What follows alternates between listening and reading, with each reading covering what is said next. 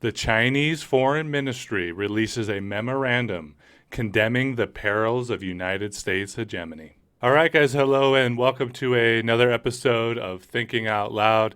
This week, we're going to be discussing the recently released memorandum from the Chinese Foreign Ministry.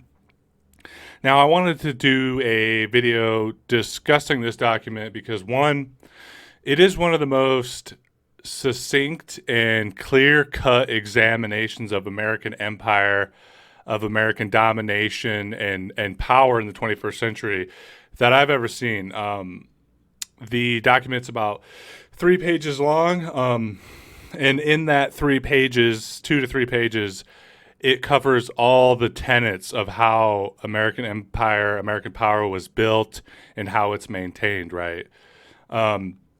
I also wanted to do a video on this because after its release from the Chinese Foreign Ministry, no surprise, you obviously saw, mainstream corporate media and U.S. Pentagon officials and just general pundits, government officials and things like that, condemn it as, brazen Chinese propaganda.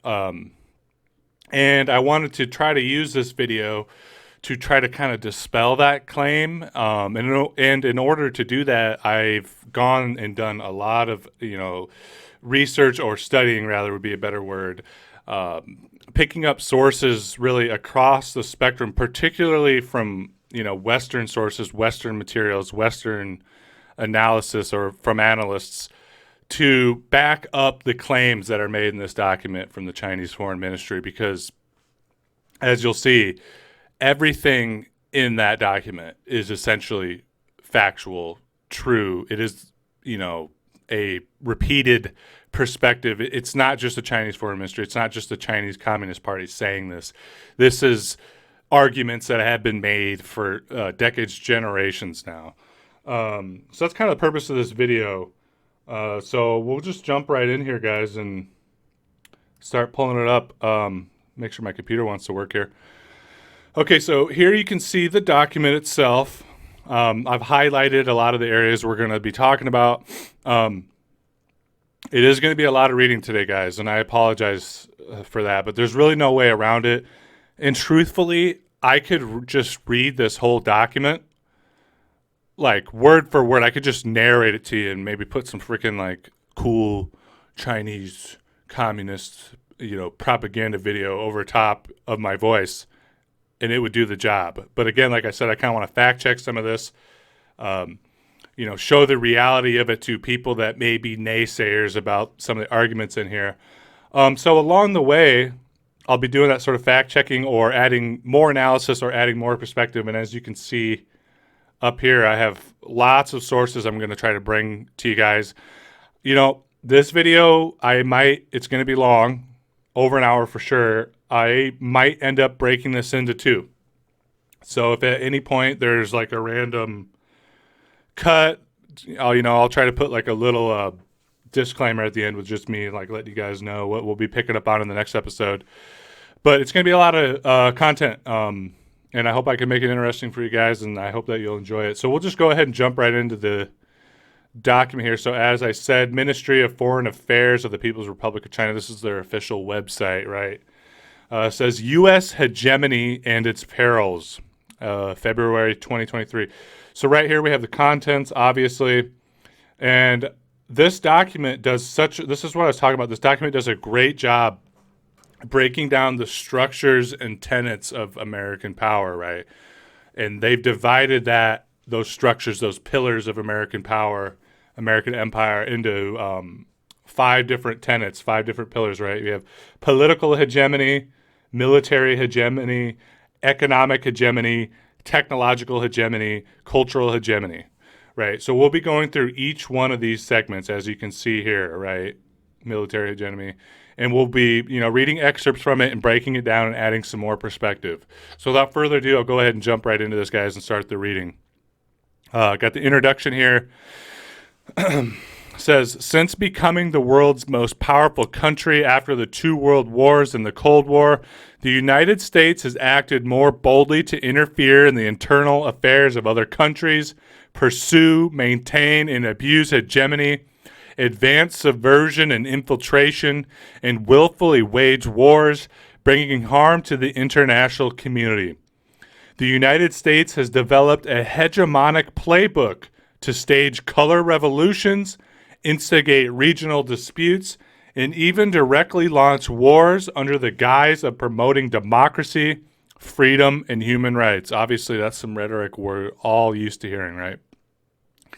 Clinging to the Cold War mentality, the United States has ramped up bloc politics and stoked conflict and confrontation.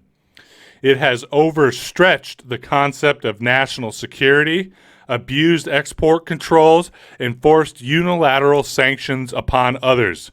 It has taken a selective approach to international law and rules, utilizing or discarding them as it sees fit, and has sought to impose rules that serve its own interests in the name of upholding a rules-based international order.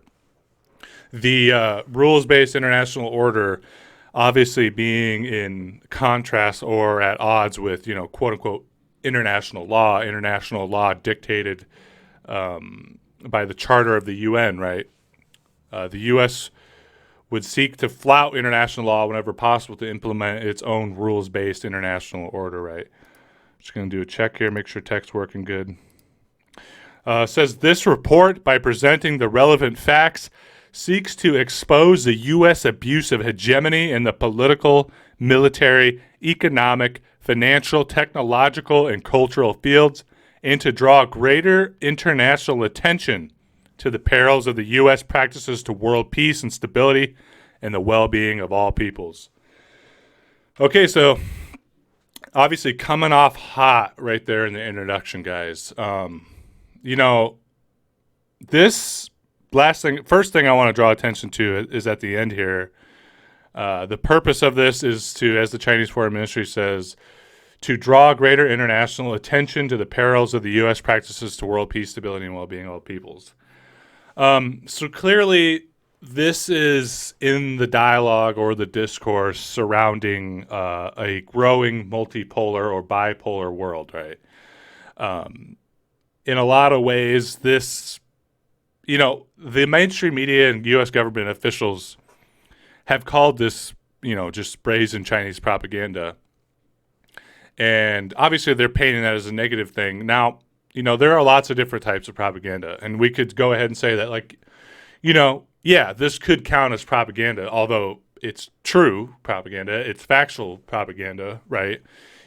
Back when the United States was at war with Nazi Germany, and they were painting, saying Hitler's doing all this terrible stuff and painting him as a monster. It's like, that was true about Hitler and the Nazis, but it was also propaganda, right? So what I'm trying to say here is that, you could call this propaganda, but it's propaganda trying to draw attention, factual, realistic attention to the abuse of American empire and trying to counter, as we'll see later in this, fifth pillar of this argument here, the cultural hegemony. This is an attempt to counter on a global stage U.S. cultural hegemony by, drawing attention to the real nature of American empire, American power, right? The other thing here is I just want to, going on with that cultural hegemony perspective, I really do just want to draw attention to how, contradictory this introduction is, this argument is to the way that the American people view themselves. And I know increasingly people are waking up to the reality of the U.S. empire and things like that, even domestically, but just really take this paragraph here and contrast that with the way that America projects itself. Freedom, democracy, promoting, sovereignty around the world and things like that. It really is just a massive contrast. And for people that may be hearing this for the first time, hearing this perspective for the first time, I'm sure it's absolutely shocking, and I'm sure that it does just come off as, gross Chinese propaganda, right? So let's go ahead and jump right back into the document here, guys. So we're getting into the first tenet here, the first pillar of their arguments that they're making, the Chinese Foreign Ministry. It says here, political hegemony, or throwing its weight around. The United States has long been attempting to mold other countries in the world order with its values and political system in the name of promoting democracy and human rights. Of course, this is rhetoric we've all heard, from Vietnam to the war in Iraq to the war in Ukraine now, obviously. Nothing new. Instances of U.S. interference in other countries' internal affairs abound. In the name of promoting democracy, the United States practiced a neo-Monroe doctrine in Latin America, instigated quote-unquote color revolutions in Eurasia, and orchestrated the Arab Spring in West Asia and North Africa, bringing chaos and disaster to many countries. So if you don't know what they mean by neo-Monroe doctrine, the Monroe doctrine was a, U.S. State Department dictate starting as early as 1824, very soon after the country, was actually founded and had implemented a, salient government. President Monroe implemented what was known as the Monroe Doctrine, which said that no European powers will interfere in the affairs of Latin America in the Western Hemisphere. It essentially said that the Western Hemisphere belongs in the orbit of the newly emerged government of the United States, right? And now at the time and still today, the Monroe Doctrine, or the neo-Monroe Doctrine as we see here, is, branded as saying that, nobody will interfere in the democracies or the sovereignty of Latin America, right? European colonial powers, the Spanish Empire, the British Empire, the French Empire, will not interfere in, at that time, the newly fledgling sovereign democracies that were emerging in Latin America. But in reality, like anything with the United States, the truth lies beneath. And what they were essentially saying to Europe was, hey, you're not going to have colonies here because these are going to be our new neo-colonies. We are going to have control over the political processes and economic systems of Latin America, right? So that's kind of a little quick history on the Monroe Doctrine. Going on here, guys, says, have been riddled with political interference, talking about Latin America, military intervention, and regime subversion. From its 61-year hostility in the blockade of Cuba to its overthrow of the Allende government of Chile, which resulted in a extremely fascist dictatorship of Pinochet, I believe. U.S. policy on this region has been built on one maxim: those who submit will prosper, those who resist shall perish. So this, I just love this little quote here. Those who submit will prosper, those who resist shall perish. It reminds me of Pablo Escobar, the Colombian drug lord's old phrase, plato y plomo, in Spanish meaning, silver or lead. Which one? Saying take the bribe, take the silver, or receive the lead from our guns, right? So going along with that paradigm, or that, perspective I often have about the U.S. government essentially being a gangster government, being gangsterish, right? But yeah, I mean, that really is the key point to take away from American foreign policy. It's always that. It's those who submit will prosper, those who resist shall perish. But those who prosper is never the working class people in the countries. It's always the small ruling elite that the United States government has propped up in those areas, such as, Pinochet, such as the drug lords and the narco states and things like that. Going on here, guys, the Rose Revolution in Georgia, the Orange Revolution in Ukraine, and the Tulip Revolution in Kyrgyzstan. The U.S. Department of State openly admitted playing a central role in these regime changes. The United States also interfered in the internal affairs of the Philippines, which we'll see a little bit more about that later on. I'll have a short video for you guys. Ousting President Ferdinand Marcos Sr. in 1986 and President Joseph Estrada in 2001 through the so-called People Power Revolutions. And, the United States has a long legacy of interfering in the Philippines, since the Spanish-American War, where the remains of the Spanish Empire really crumbled under, U.S. military intervention. and the Philippines and other former colonies of the Spanish Empire kind of fell into our orbit. Since then, the United States has never let go of Philippines. And the reason for that is because it's a nice little jumping off point for the exploitation, especially in the colonial period, the exploitation and domination of China, because it's just right there, you know. Going on here, says Mike Pompeo released his book, Never Give an Inch, Fighting for the America I Love. These people are so fucking cringe. He revealed in it that the United States had plotted to intervene in Venezuela. The plan was to force the Maduro government to reach an agreement with the opposition, deprive Venezuela of its ability to sell oil and gold for foreign exchange, exert high pressure on its economy, and influence the 2018 presidential election. So by now, I'm sure this is something you guys have all heard of. I mean, this is what the United States does in Latin America, right? They engage in electioneering. They dump tons of dark money into the political process. They assassinate leaders. They do things like the Bay of Pigs or the Bay of Piglets, where they just try to outright, start a small military uprising that they hope leads to a larger uprising. This is the story of the banana republics in Latin America. Banana republic being, a country that's ostensibly a republic, but really it's owned by giant fruit companies because the political process and the military is so bought up and polluted by foreign capitalists, influence. But all this stuff here, guys, talks about the Rose Revolution, the Orange Revolution in Ukraine, and the Tulip Revolution, and then, some of this stuff that they've done in Latin America. These are what's known as was referenced here, as color revolutions. And so what is a color revolution? You may have heard this phrase talked about before. A lot of times in the mainstream media in the U.S., they'll paint color revolutions as, people power revolutions, peaceful revolutions that overthrow authoritarian regimes. You'll hear that talked about from that perspective in the mainstream media or from U.S. officials quite often. But really, and as we'll get into here, color revolutions from a left perspective have a very different connotation than what mainstream outlets and personalities would call them.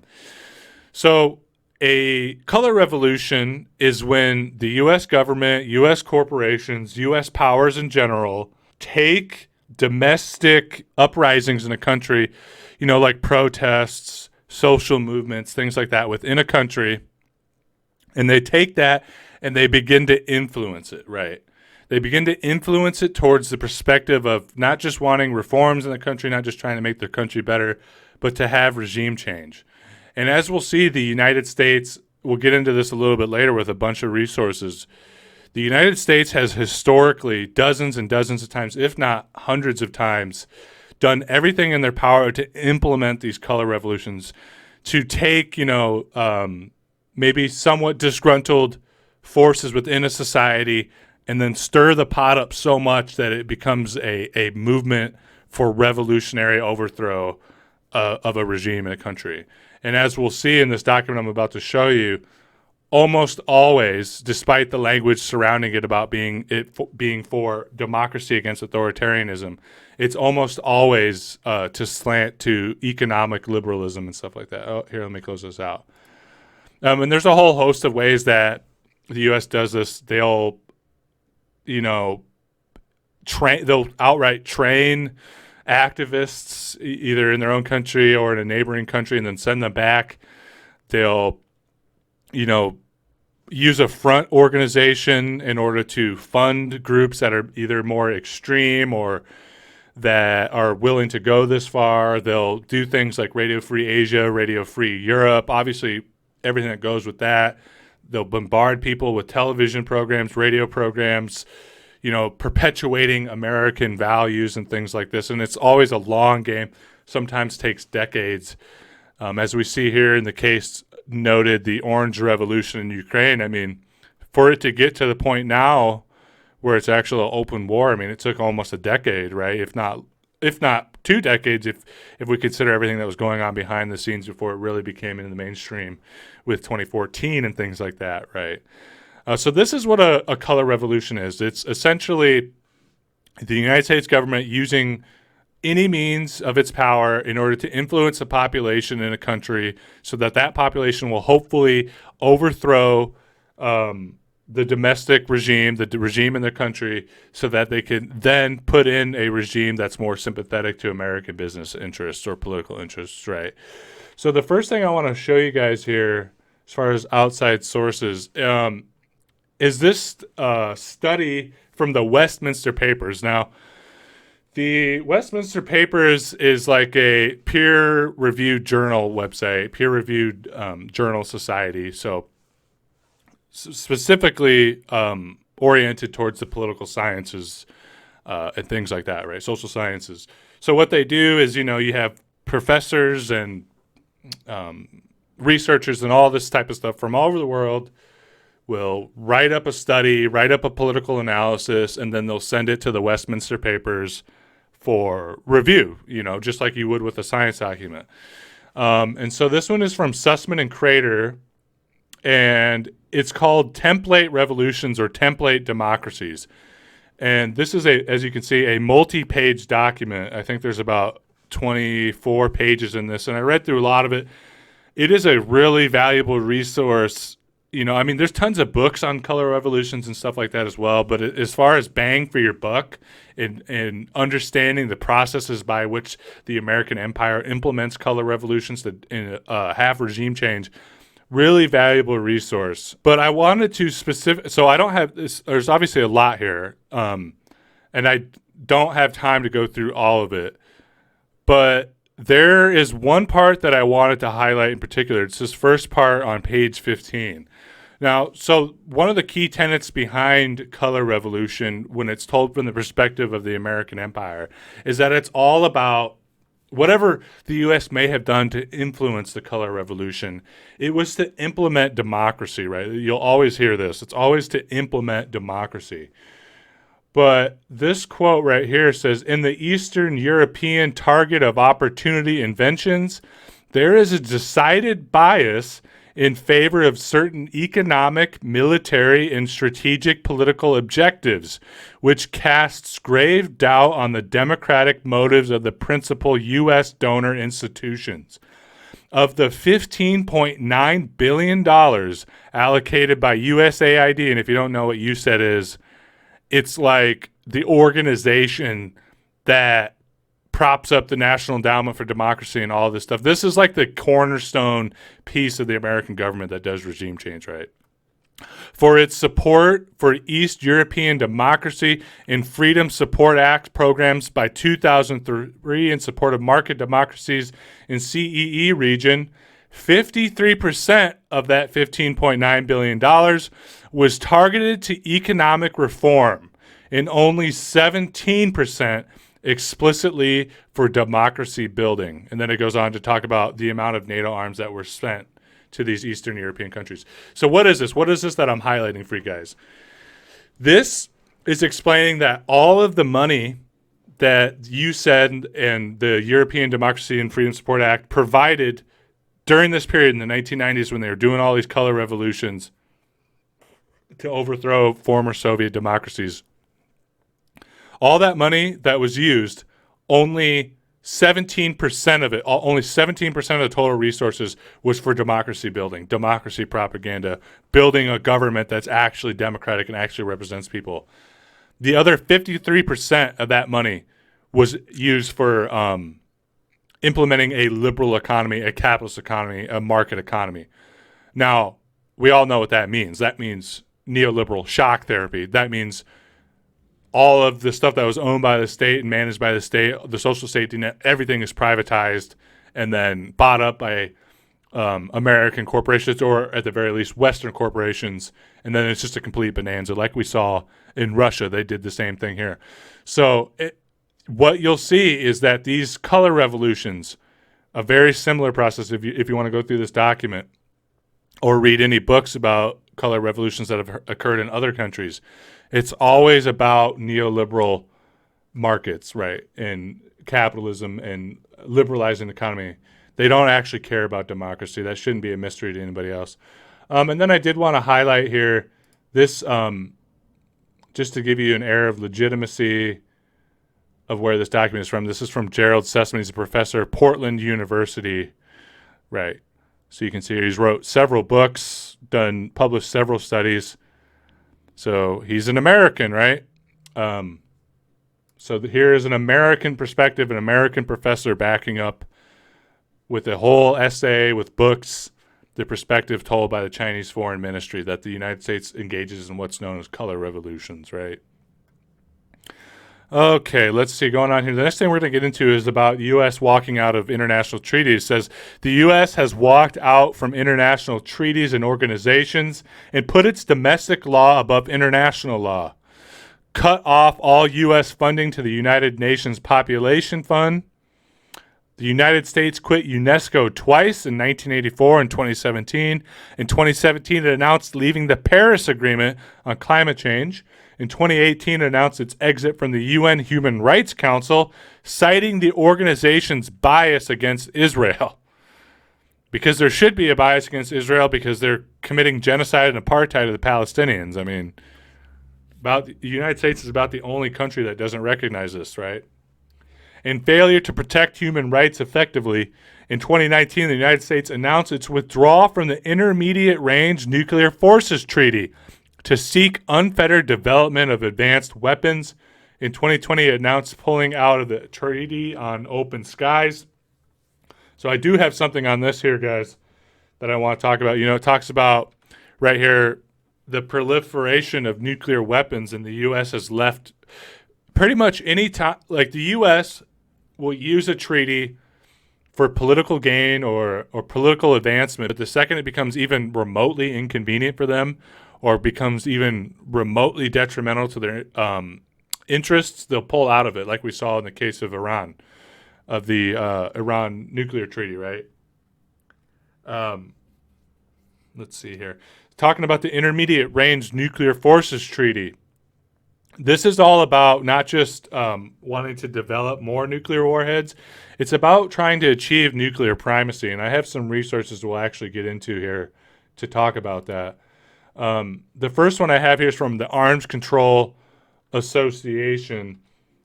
Says Biden policy allows for first use of nuclear weapons. We have right here a quote from Biden. Says Biden's policy declares the fundamental role of the U.S. nuclear arsenal is to deter a nuclear attack, comma, but will still leave open the option that nuclear weapons could be used in extreme circumstances to defend the vital interests of the United States or its allies and partners. Now, if I'm not mistaken, guys, the United States, the U.S. empire, is the only country on earth that implements a first strike policy, right? I believe every other country on earth uses what amounts to MAD, mutually assured destruction, which is if you use nuclear warheads on us, we're going to use them back on you. So don't fuck around and find out, right? I'm pretty sure this is what Russia does. I believe China is actually the only country on earth that is completely committed to no first use or to non-proliferation, right? I think the only time that they'll use nuclear warheads is in the circumstance that they have already been used on them, right? So we have Biden's policy right here. I mean, extreme circumstances to defend the vital interests of the United States or its allies and partners, right? Okay, let's see what else they have here, guys. I have some more going on with this. So there is a long this isn't just Biden saying like, hey, we'll use nuclear warheads if it comes down to defend our interests abroad, right? This isn't just him saying this in passing. The United States has a long history of threatening to use nuclear warheads.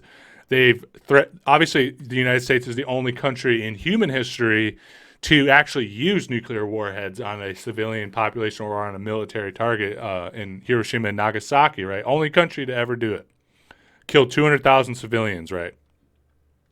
But the U.S. also has a long history of any time the chips are down, threatening to use nuclear warheads. They threatened in Korea. They threatened in the buildup to Vietnam with trying to support the French Empire, trying to hold on to its colonial stake in Vietnam. They have threatened to use them time and time again. And I have this article right here from Responsible Statecraft. Says, when the U.S. threatens to use nuclear weapons, says on October 25th at U.S.-sponsored talks with Japan and South Korea, Deputy Secretary of State Wendy Sherman announced that the U.S. committed to defending Japan and South Korea is ironclad. She then explained what that meant, stating that we will use the full range of U.S. defense capabilities to defend our allies, including nuclear, conventional, and missile defense capabilities. Now, why am I showing you this, guys? I'm showing you this to show you that the reason why the United States has left some of these nuclear missile treaties and the risk that it shows when the U.S. empire uses its political hegemony to just walk out of diplomatic considerations or responsibilities, I'll show you what comes of it, because the United States has a plan for all this. There's a reason why, and like I said, it involves building nuclear primacy over China, over Russia, right? So going on here with this guy, it says, the 2018 U.S. Nuclear Posture Review states that the United States would only consider the employment of nuclear weapons in extreme circumstances to defend the vital interests of the United States, its allies, and its partners. Extreme circumstances could include significant non-nuclear strategies. That reinforces the statement or the quote from Biden, right? But getting into some of the times that the United States has threatened to use nuclear warheads, says on July 9th, 1950, at the start of the Korean War, the Joint Chiefs of Staff debated whether or not to use a bomb, or whether or not a bomb should be made available to MacArthur. General Douglas MacArthur said that he sees here a unique use for the atomic bomb. He would later say that he would have dropped 30 or so atomic bombs. On December 9th, MacArthur requested commanders' discretion to use atomic bombs, and he submitted a list of potential targets. So just a window into the absolutely genocidal, maniacal, psychopathic nature of American leaders. And MacArthur's held up in, U.S. culture as a hero, one of the heroes that won World War II. But the man was a complete madman. He talked about turning the sort of isthmus or path that connects China to North Korea into a land of frozen radioactive cobalt, because he said, why don't we just nuke the entire border with as many atomic bombs as possible and just irradiate it so badly that no one can get through there or bring reinforcements or connections and stuff like that from China to North Korea, right? Just mad, right? Going on here, guys, says, when Eisenhower arrived in the White House, the Korean War was stalemated. Eisenhower ended the impasse in a hurry. He secretly got word to the Chinese that he would drop nuclear bombs on North Korea unless a truce was signed immediately. When Eisenhower was asked how the Korea War had ended, Ellsberg adds, he answered that it was due to the danger of atomic war. So here's a president threatening to use nuclear warheads as well. Ellsberg also reports that in 1995, the Clinton administration secretly threatened North Korea that it could use nuclear weapons against North Korea's nuclear reactor program. So this isn't something that's gone away either. I think we like to think of nuclear brinksmanship on behalf of the United States as being something that's in the past, during the deep Cold War, during the crazy years of 1950, when it was, going to be like fucking Fallout 4 type shit, right? No, here's the Clinton administration in 1995, secretly threatening North Korea that they would use nuclear weapons if they continue with their nuclear program. And of course, North Korea wants to develop nuclear warheads to be a part of, MAD, mutually assured destruction, to defend themselves. And if you have nuclear weapons, you can defend yourself because an imperialist country like the United States or the Western powers won't be able to invade you because of the fear of having nuclear warheads dropped on them themselves, right? I mean, this is just crazy, guys. It just shows you the level of removal from humanity that, American leaders have. And this isn't just the Clinton administration. I mean, there's a whole host of brass hats in the military industrial complex in this country that are so completely insane. I mean, some of these people are also some of these evangelical Christians that believe that the world should be made into fire so that Jesus can come back. Those are the guys that are talking about using the warheads, man. It's absolutely crazy. So that's what I have from this article piece here, guys. This is from Responsible Statecraft, the Quincy Institute, if you're familiar with them. They're more, liberal, mainstream, sort of Western foreign policy paper that does studies and stuff like that. But they're like pretty solid. Like they're like the most rational part of the American empire's psyche, right? Some crazy stuff here. We'll go back to the Chinese Foreign Ministry document here, guys. Going on with the United States pulling out of international treaties, right? Using their political hegemony, the fact that no one can harm their political hegemony to shape the diplomatic sphere to their own liking. It says here, biological arms control by opposing negotiations on verification protocol for the Biological Weapons Convention and impeding international verification of countries' activities relating to biological weapons. As the only country in possession of a chemical weapon stockpile, the United States has repeatedly delayed the destruction of chemical weapons and remained reluctant in fulfilling its obligations.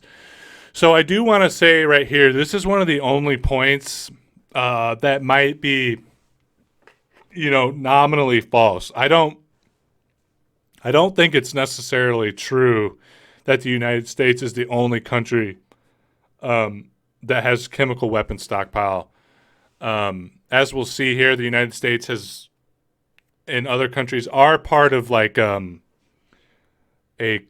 chemical weapon non-proliferation a treaty that has had trouble being implemented in a proper process, as we've seen here. But, I'm also pretty sure that the United States has a stockpile. Russia also has a stockpile. I mean, there's other countries that have chemical stockpiles. Now, the question is, as we'll see here, is despite being a part of this treaty, how far has the United States gone on actually getting rid of these chemical weapons? And as we'll see also, like the document says here, they have been repeatedly a stumbling block to implementing these things and making a world free of chemical weapons, right?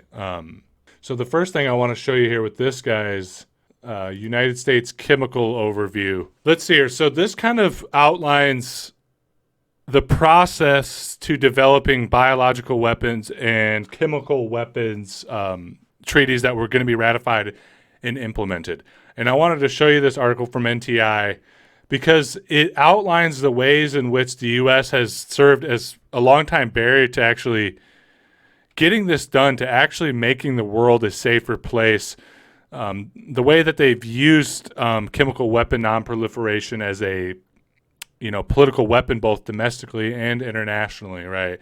And the way in which the United States demands special privileges when it comes to implementing this sort of stuff, right? Despite the fact that they're always calling on other countries to disarm, to get rid of their chemical weapons, to, in the case of Iran, not pursue a nuclear weapons program and stuff like this. And they'll always, condemn these countries for trying to develop these things or being hesitant to engage in diplomacy. But as we'll see, the United States completely does a 180 whenever it comes to actually implementing these things for themselves, right?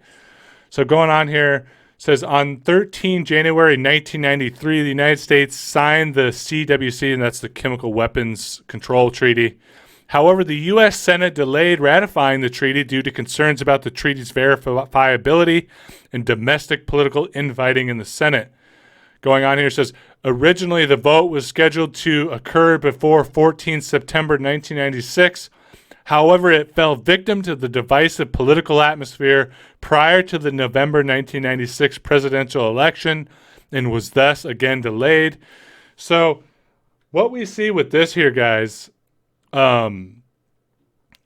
is something that we see periodically throughout history whenever the United States tries to engage in diplomacy on an international scale. Is there's, due to the nature of the two-party political system and the fact that it's so polluted by, capitalist money, capitalist influence, The people of America never get to have a say about what is going to be done in the international sphere, on the foreign policy sphere, right? And anytime other countries around the world are pushing for this sort of legislation or treaties or international diplomacy, there will be all these shenanigans and infighting and political issues domestically. We saw this with the attempt to ratify the Treaty of Versailles. We saw this happen with attempts to, develop the League of Nations, and again with the United Nations. Time and time and time again, the domestic political infighting in the United States is really used as an excuse to not engage in a fair way on the global stage with international diplomacy, so that in the end, the U.S. can use it as an excuse as to why they aren't involved in this treaty, despite the rest of the world being involved in it, right? So going on here, says, eventually the vote was held on 24 April 1997, at which time the amendments creating conditions for U.S. ratification were defeated, and the CWC was successfully ratified. After the United States successfully ratified the CWC, Congress still needed to pass implementing legislation, and this is the key part here, guys, to put the terms of the treaty into practice and use that opportunity to unilaterally include 3 exceptions to CWC provisions. First, that the United States reserved the right to refuse on-site inspection by the Organization of Prohibition of Chemical Weapons, OPCW. Second, that chemical samples could not be removed from the U.S. for analysis at overseas labs. Third, the number of facilities subject to declaration and inspection would be greatly limited. So what is this here, guys? This is essentially the United States not having any real responsibility for the chemical weapons treaty, right? Because right here we have 3, special considerations that the United States gets that no other country on earth gets. One, that they can refuse the right to on-site inspection by the company that oversees the chemical weapons ban. How are you going to have a chemical weapons ban if you can't guarantee that the United States is doing their end of the bargain? That's not going to feel good to other countries around the world. That's not going to feel good to Russia or China or whoever else is part of this treaty. Oh, we're being verified by this independent, bilateral, multilateral organization that we're not going to have weapons, but you're not. So how do we know you're not getting rid of them? Second, that chemical weapons could not be removed from the U.S. for analysis by overseas labs. So that means no other country on earth gets to guarantee what sort of weapons the United States has, or if they're actually getting rid of them. And third, the number of facilities subject to declaration inspection would be greatly limited. So they're also limiting what foreign intermediaries can see, right? Going on here, guys, says, as of December 2012, declarations to OPCW, the United States still possessed 3,000 tons of chemical weapon agents consisting of mustard gas, sarin, and VX. These agents are scheduled to be destroyed by 2023 after construction of the necessary destruction facilities. Following ratification of CWC, the United States was scheduled to destroy its offensive CW stockpile by 2007. However, delays pushed back the deadline until 2023. Nevertheless, by December 2013, 90% of the Category 1 agents and all the Category 2 agents and 3 agents in the U.S. stockpile have been destroyed. So we have 3 types of chemical weapons that the United States is supposedly in the process of destroying or has completely destroyed. It says 90%, right? But as we saw here with these special sort of considerations that the United States gets with the treaty, how does anyone verify that? These certain facilities might be looked at, but these other ones won't. It's realistically, the United States could have destroyed all of these weapons. Maybe some of them are older, put on a good face, but they could have a whole new line of, fucking umbrella corporation level biological or chemical weapons just at some other facility. Maybe that facility's right on the other side of the fucking highway, but you can't have the people in charge of implementing the treaty come and look at them, right? But this other part here where it says 90% of the Category 1 agents and all Category 2 and 3 agents in the U.S. stockpile have been destroyed. I wanted to pull this up here, this next resource I have for you guys. This is from the OPCW, and it's hopefully you can see all this. My face isn't in the way here. This is a grid of the different categories of chemical weapons recognized by the OPCW. Now, I read through this whole damn thing, but I couldn't for sure find out through this resource, which one of these is Category 1, which one of these is Category 2, which one of these is Category 3, right? But as we can see here, there's 5 categories, and it says that the United States has ostensibly destroyed almost all, at least 90% of its Category 1, 2, and 3 chemical weapons. So which one of these is Category 1, 2, and 3? Is it in order? Is it in order here from 1 to 5? I don't know. I mean, it's not, in none of the articles I read or in this grid is it different. Like, you'd think it would say this is Category 1. But I'm pulling this up to show you, okay, so let's just say that the United States has gotten rid of this top 3. Choking agents, blistering agents, blood agents. Some of these are chlorine, phosgene, sulfur, mustard gas, nitrogen mustard gas, hydrogen cyanide, So even if the United States government has kept true to its word and gotten rid of these 3 types of chemical weapons, they still haven't gotten rid of these other 2, right? And I am almost 100% sure that one of these that they have not implemented with the CWC Chemical Weapons Control Treaty is definitely one of them is riot control agents. I don't even know if that's part of the treaty. That's tear gas, pepper spray. I know that these things are outlawed by the Geneva Convention, but I'm pretty certain that the United States is, and many other countries obviously still use these things. But if we're going with this as 1, 2, and 3, that means that the United States is still willing to use and still has a stockpile of nerve agents like tabun, sarin, somine, and VX gas. I mean, look at this stuff, guys. Causes seizures, loss of body control, paralysis of muscles including heart and diaphragm. Lethal doses can cause death in 5 minutes. But let's just say any of this stuff. Fluid builds up in the lungs, burns skin. I don't know. And as we've seen, the United States really can't be trusted because of its special considerations in the treaty. But this is, again, this is information backing up what the Chinese Foreign Ministry has said time and time and time again, even from articles like this out of the government. The United States pulls out of its international diplomacy obligations, responsibilities, time and time again.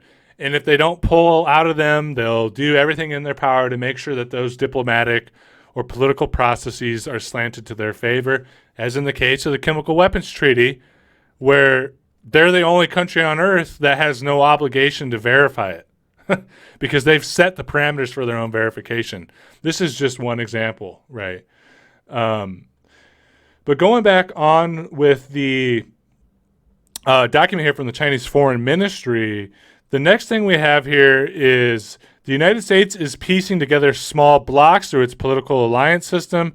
It has been forcing an Indo-Pacific strategy onto the Asia-Pacific region, assembling exclusive clubs like the Five Eyes, the Quad, and then AUKUS is Australia, the United Kingdom, and the United States. And these are all political alliances meant to undermine China's influence in the region, meant to undermine Russia and things like that. That's their express purpose.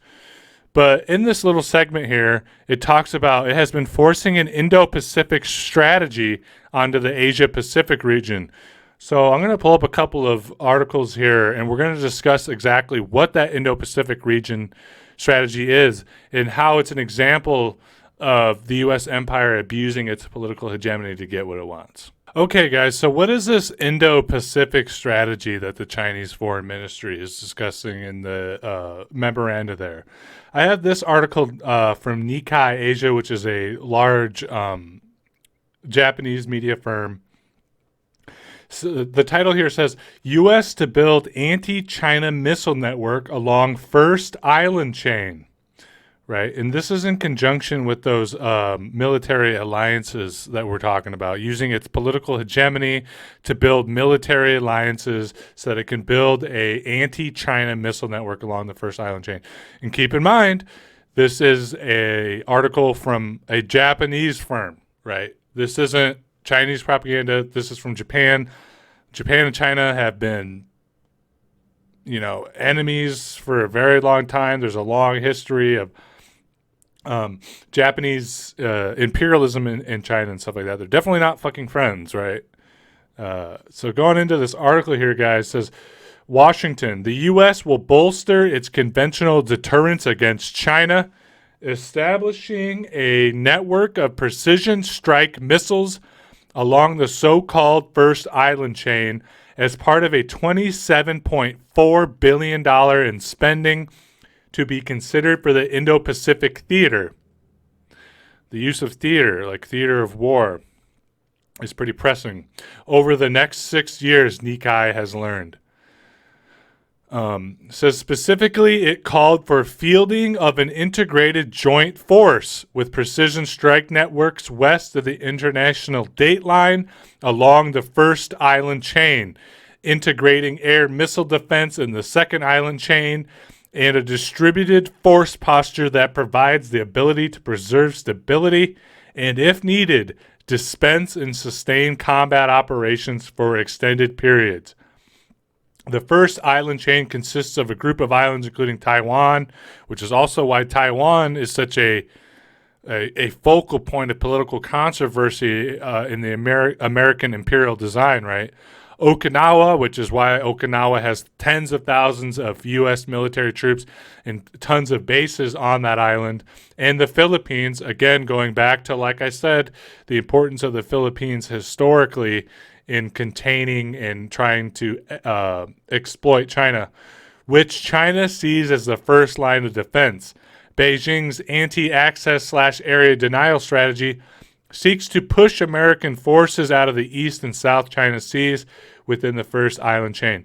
And of course, the U.S. empire looks at the Chinese trying to push the U.S. out of the East and South China Seas as aggressive.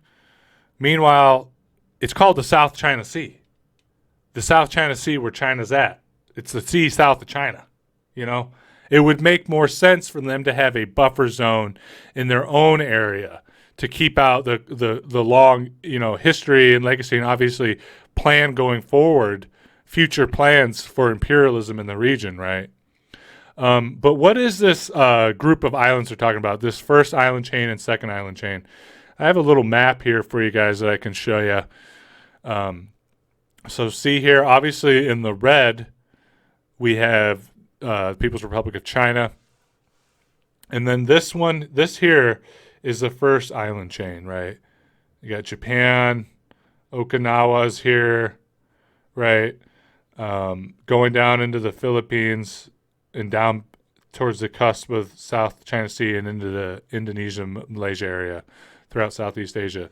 So this is that first island chain. So what the United States is trying to do, and we have information here from the Nikkei article, Japanese media, saying they want to put precision strike nuclear warheads right here. What is precision strike nuclear warheads? The idea is precision strike nuclear warheads are warheads that ostensibly can have first strike capabilities. What is first strike capabilities? First strike capabilities are the capacity for warheads to hit the nuclear infrastructure of a country before they're able to fire their own nuclear warheads in retaliation. So the idea being is you shoot warheads, you knock out all of their nuclear warheads before they have a chance to retaliate against you. And then the second island chain that we can see here is also going to have air defense with the hopes of also being able to shoot down any of the missiles, like Star Wars type shit, Ronald Reagan era, be able to shoot down any of the missiles that do somehow launch despite the first strike capabilities, right? So what does this all mean? It essentially means disarming China, right?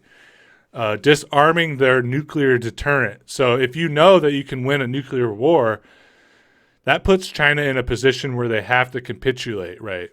And we have to consider, guys, like imagine how this looks to China. You've got Japan, that's an ally, South Korea, that's an ally, and then you've got all kinds of U.S. military bases, naval bases, military installations, right, completely encircling you, right? I mean, that's deeply disturbing. Imagine something similar. Imagine this right here is Florida, and China's bases are all just right, and this is Cuba or something, I don't know. And China has all these military bases and nuclear warheads pointed at us, and then every day, essentially, the Chinese Navy is just sailing through the Caribbean. Imagine this is the Caribbean, right? This is what we've been doing to the Chinese for decades now, and it's getting even worse and worse. I mean, this is terrifying to them. And this is a part of what those military alliances is about with, Australia, United Kingdom, and the United States and the Five Eyes and things like that. It's to build up, in conjunction with South Korea and Japan, is to build up what amounts to an Asian NATO that's capable of doing to China what we've done to Russia, which is encroach closer and closer to their borders and completely encircle them with the hopes of making it so that they have to capitulate to imperial designs, right? So this is what we have here with this, guys. Going back into the article or the memorandum here, guys, this last part that I want to have, and then we'll probably end up rounding this off and doing this into more of a series because we're already going for so long here. This next part I have here highlighted is the U.S. arbitrarily passes judgment on democracy in other countries and fabricates a false narrative of democracy versus authoritarianism to incite estrangement, division, rivalry, and confrontation. We have this right here, guys.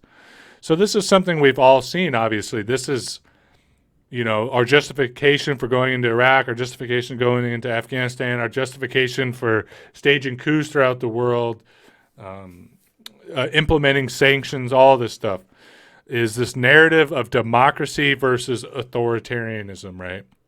And obviously we're seeing it right now with China and Russia. In particular with China, is that it's an authoritarian regime, a one-party state ruled by the Communist Party. The people have no rights. They're all brainwashed to capitulate to the power and things like that, right? But as we've seen, and I'll pull up some articles here, guys, we've seen a series of studies come out recently surrounding democracy, right? Surrounding the concept of democracy. From organizations whose whole purpose is to study the state of democracy in the world right now. Now, this is from Newsweek, which I know, not a reliable source, but it is coming. It's an article about a legitimate official study that was carried out by the Denmark-based Alliance of Democracies Foundation. The only reason I didn't pull up the actual study is because it was making me jump through all these goddamn hoops, like put it in an email, and I had to wait for it to be sent to me and all this stuff. So this article had the main tenets, and I figured that we might as well just go this route. So this article here says, most in China call their nation a democracy. Most in the U.S. say America isn't. Says the overwhelming majority of people living in China say they are living in a democracy. Most people in the United States say they do not. These findings are part of a new study published by Denmark-based Alliance of Democracies Foundation and Germany-based Latana data tracking firm.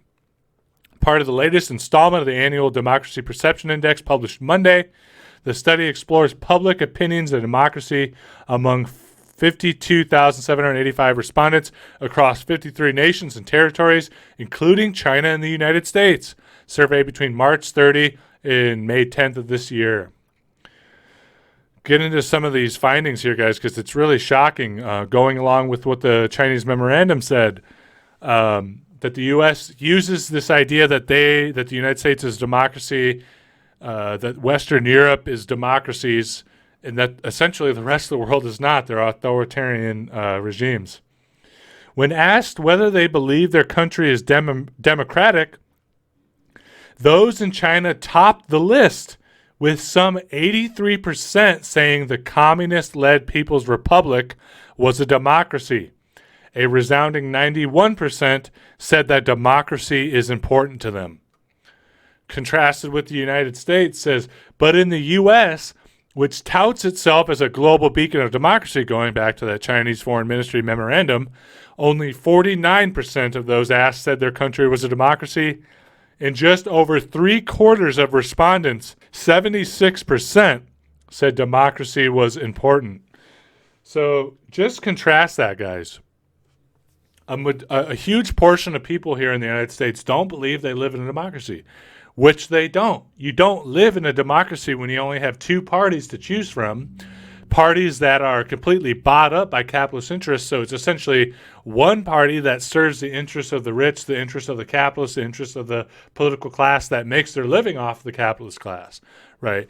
And they'll say that China is not a democracy because it's a one-party regime, which one is not true. There are many different parties in China. There are 8 large parties that form a sort of coalition within the government. Of course, the Communist Party is the largest because it has the most popularity amongst the people, but there's a bunch of other parties like the Peasants and Workers Party, lots of other left-leaning parties.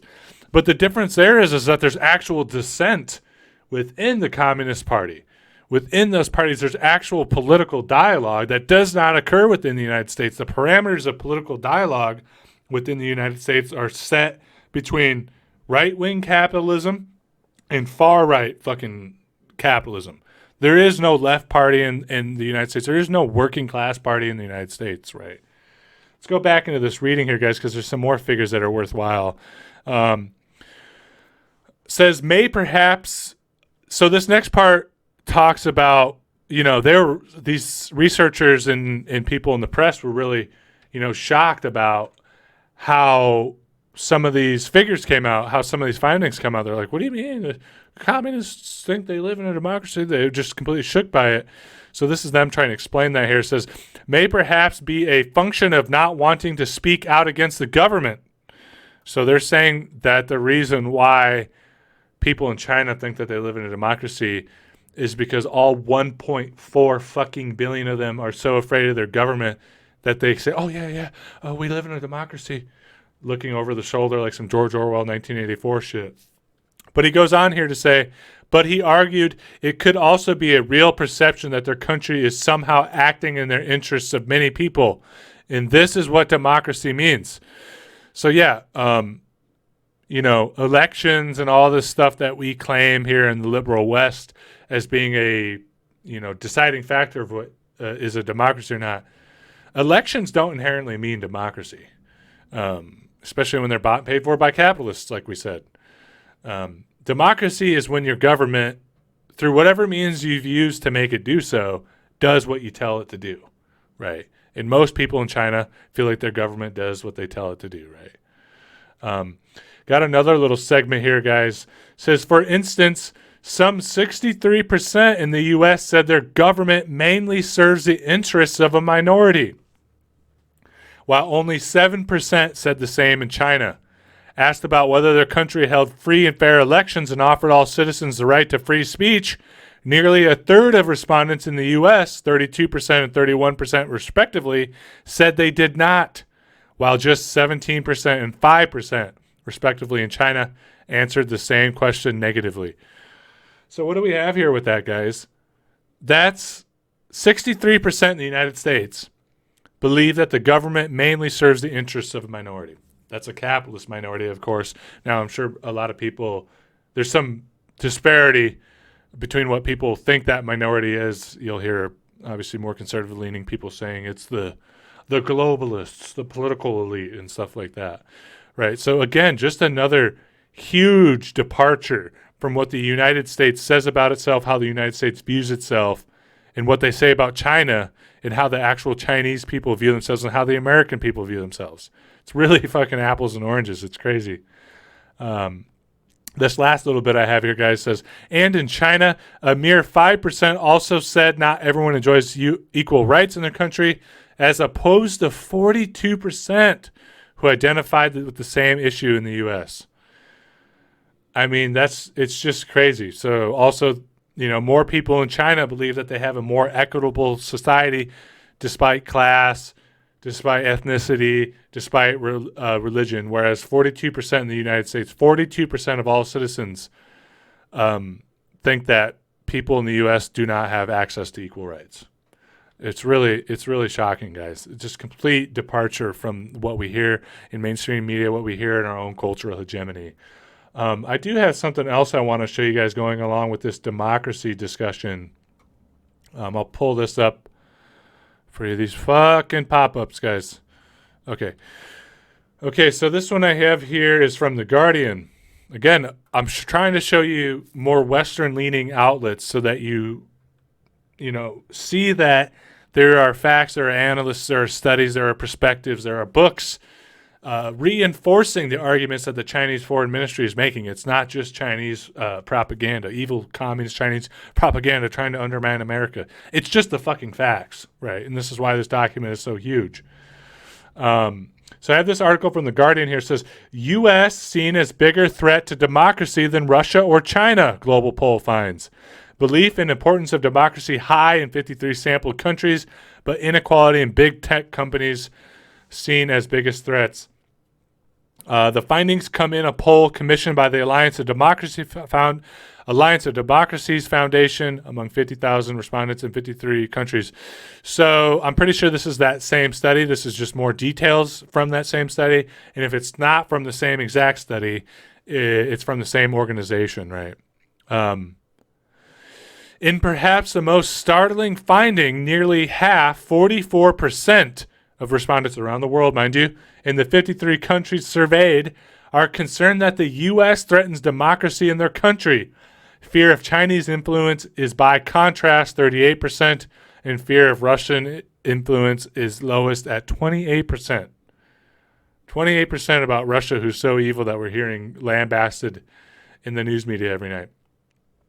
Since last year, the perception of U.S. influence as a threat to democracy around the world has increased significantly, from a net opinion of +6 to a net opinion of +14.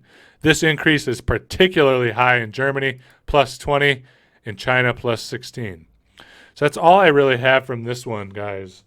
But I wanted to highlight this as well because it just shows you, in our media, in our cultural hegemony, in our day-to-day discussions with people, even on the street in the United States, in our own country, the whole paradigm, the whole discussion surrounds how China and Russia are threats to democracy. They are authoritarian regimes that threaten the democratic world order. Meanwhile, most people in the world view the United States as a threat to democracy. And of course, they should view the United States as a threat to democracy because, as we talked about with color revolutions, and the U.S.'s negligence in owning up to its diplomatic responsibilities. Time and time again, the United States will overthrow governments, intervene militarily, engage in subterfuge, engage in electioneering to undermine democracy around the world, while masquerading as the city on the hill, the beacon of light for democracy. It's absolute hypocrisy, guys. So I just wanted to highlight some of that for you guys. But guys, we've been going for about an hour here, and we're really only through the first segment of this political hegemony, of the perils of U.S. hegemony discussion. So I'm going to go ahead and round it off here, guys. That being said, even though we only got through this first tenet, we did get through about a third of the sources. So, I'm definitely going to do this. If you guys are liking this content, if you want more of this discussion about U.S. hegemony and U.S. empire and how it works, I'd like to do a series on this. I'll probably do at least another full episode, maybe a 3-part series. So just drop a comment if you guys want me to do that. I'm going to continue on with this. We'll pick up with military hegemony next week or whenever this next episode comes out. So we'll just kind of round it off here, guys, and pick up next week. As always, don't forget to like, don't forget to subscribe. Drop a comment if you like this content. Add to the dialogue. You guys know we love to have comments, discussions going. Add to the dialogue anything you want to add to this discussion. And remember, of course, that you can support my independent media work on patreon.com at patreon.com/entitledmillennials. You get early access to all of our videos. You get behind-the-scenes content. You get exclusive posts. You get to have a more direct say in the sort of content that the channel produces. So, join me there if you want to. Again, that's patreon.com/entitledmillennials. You can join for $1 a month. So hopefully I'll see you there. But as always, guys, it's great hanging out with you. I love you very much, and I'll speak to you again soon. Bye. I'm staring into the rain. I don't feel anything.